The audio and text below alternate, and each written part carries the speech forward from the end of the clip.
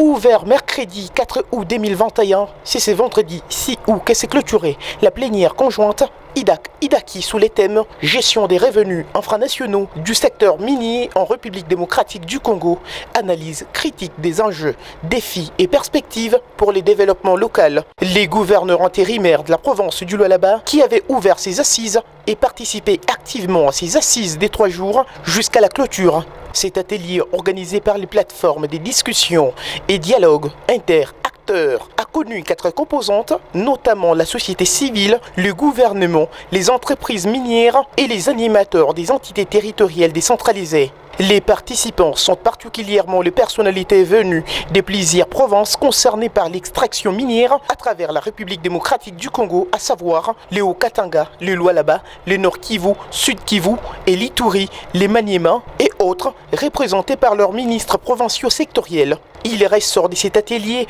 plusieurs recommandations. Les parties présentes à cette plénière ont retenu les recommandations suivantes. Signer l'arrêté interministériel fixant les modalités pratiques de gestion et de contrôle des quotités de la redevance minière perçue par les provinces et les ETD. Les présidents du comité de pilotage IDAKI a, au nom des organisateurs, résumé leur reconnaissance et satisfaction en ces termes. C'est ici le lieu de remercier vivement et de manière la plus singulière Son Excellence Madame le Vice-gouverneur et gouverneur à l'intérim de la province hospitalière du Lualaba pour avoir d'une part autorisé la tenue de cette plénière ici à Kolwezi.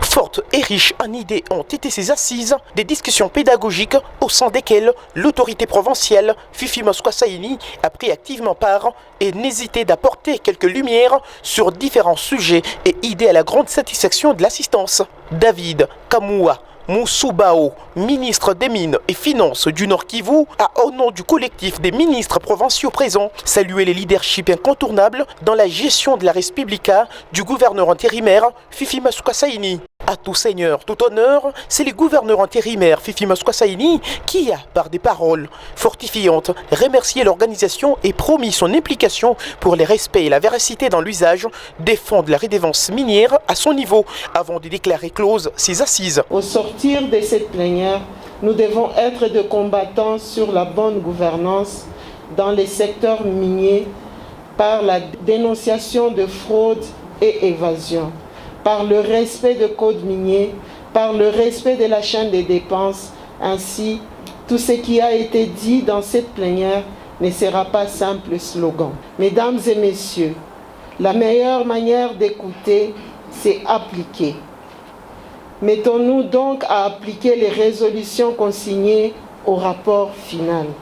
Ainsi dit, je déclare close cette plénière et je vous remercie. Les recommandations de ces assises seront certainement soumises au gouvernement central pour qu'une règle légale soit définie en vue d'harmoniser et réguler la gestion des revenus infranationaux.